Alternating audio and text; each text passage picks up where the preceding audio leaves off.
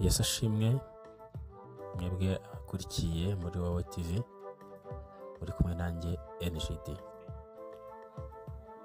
Nanjye kubasuhuza mu izina rya Yesu duhurira kuri uyu muyoboro wa muri wowe TV. Uko twabisezeranye rero, reka dutangire dusenga Imana, hanyuma dusome ijambo ry'Imana muri Bibiliya yera duhereye mu gitabo. Mana, turagushimiye kuri Imana igira neza, tugushimiye urukundo rwawe n'imbabazi tugirira, tugushimiye gukomera kwawe, icyubahiro n'ikibi cyawe.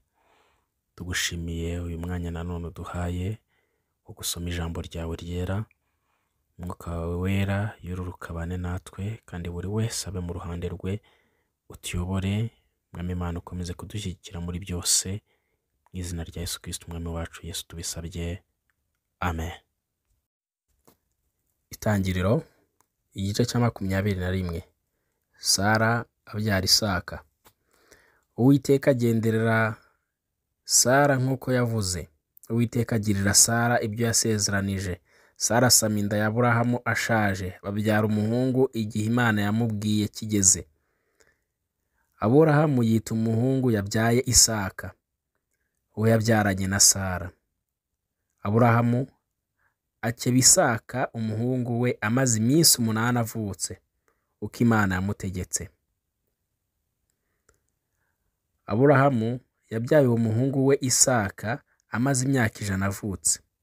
Sara aravuga ati, Imana iransekeje, abazabyumva bose bazasekana nanjye. Ati, ninde uba warabwiye Aburahamu yuko Sara zonsa abana, ko mubyariye umuhungu ashaje? Sara asendesha Hagari na Ishimayeli. Umwana arakura aracuka. Ku munsi Isaka yacukiyeho, Aburahamu ararika abantu benshi arabagaburira. Sara abona umuhungu wa Hagari umunyegiputakazi, uwo yabyaranye na Aburahamu, abaseka.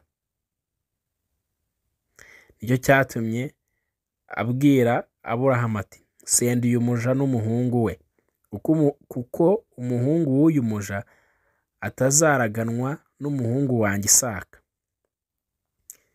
Ibyo by'uwo muhungu we bitera Aburahamu agahinda kenshi. Imana ibwira Aburahamu iti, we kugirira uwo muhungu agahinda n'umuja wawe. Ibyo Sara akubwira byose umwumvire, kuko kuri Isaka ariho urubyaro ruzakwitirirwa. Kandi umuhungu w'uwo muja nawe nzamuhindura ubwoko, kuko ari urubyaro rwawe. Aburahamu azinduka kare kare, yenda umutsima n'imvumba y'uruhu irimo amazi, abiha Hagari, abishyira ku rutugu rwe, amuha n'uwo mwana aramusenda. Avayo azererera mu butayu bw'i Berisheba. Ya mvumba ishiramo amazi, arambika umwana munsi y'igihuru cyaho. Aragenda yicara amwerekeye, amuhaye intera nk'aho umuntu yarasa umwambi, kuko yibwiraga ati, ne kureba umwana wanjye apfa.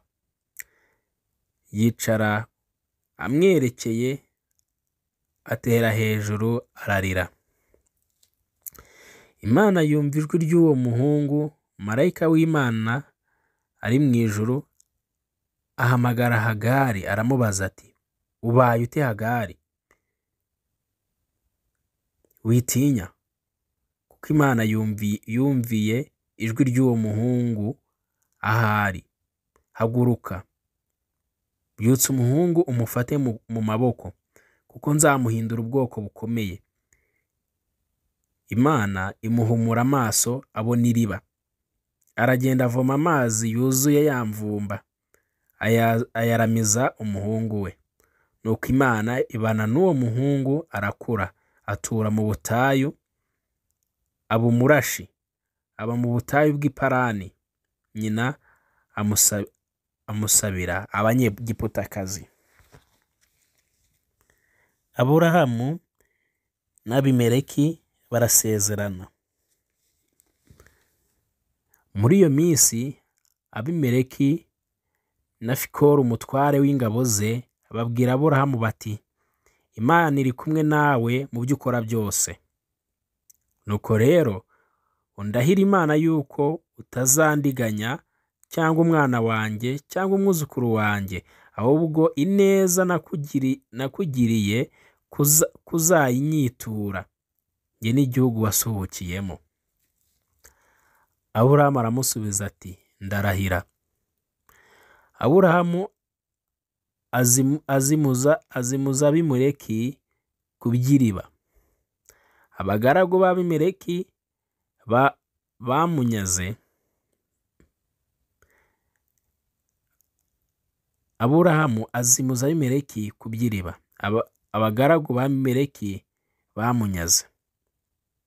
Abimeleki aramusubiza ati, sinzi uwakoze ibyo, nawe ntiwigeze kubimbwira, kandi sinigeze kubyumva keretse none.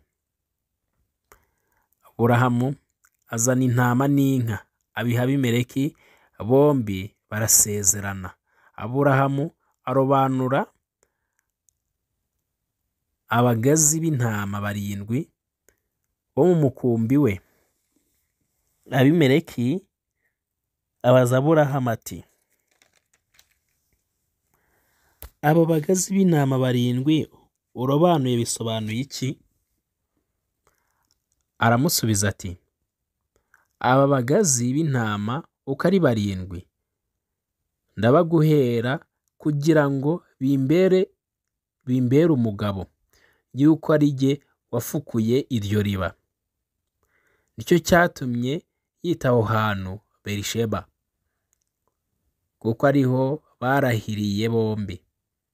Nuko basezeranira i Berisheba. Abimeleki ahagurukana na Fikoli umutware w'ingabo ze, basubira mu gihugu cy'Abafilisitiya.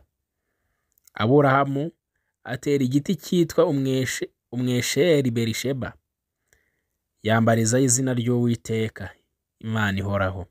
Aburahamu amara iminsi myinshi asuhukiye muri icyo gihugu cy'Abafilisitiya.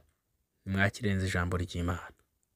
Mana Data twese mu ijuru, turagushimiye kuri Imana nziza, tugushimiye ineza n'urukundo tugirira, tugushimiye ubuntu bwawe, kandi turagushimiye umwanya wose tumaze dusoma ijambo ryawe ryera. Wakoze kubana natwe, kandi Mwami Imana ubwami bwawe bwamamare mu izina ryawe Yesu Kristo. Mana ukomeze kubana na buri wese, kandi umwuka wawe wera akomeze kuba kuri buri wese kugeza igihe tuzongera gusubirira. Mwami ukomeze turindishe amaboko yawe akomeye, tubisabye Imana Data wa twese mu izina rya Yesu Kristo Umwami kandi Umukiza wacu. Amen.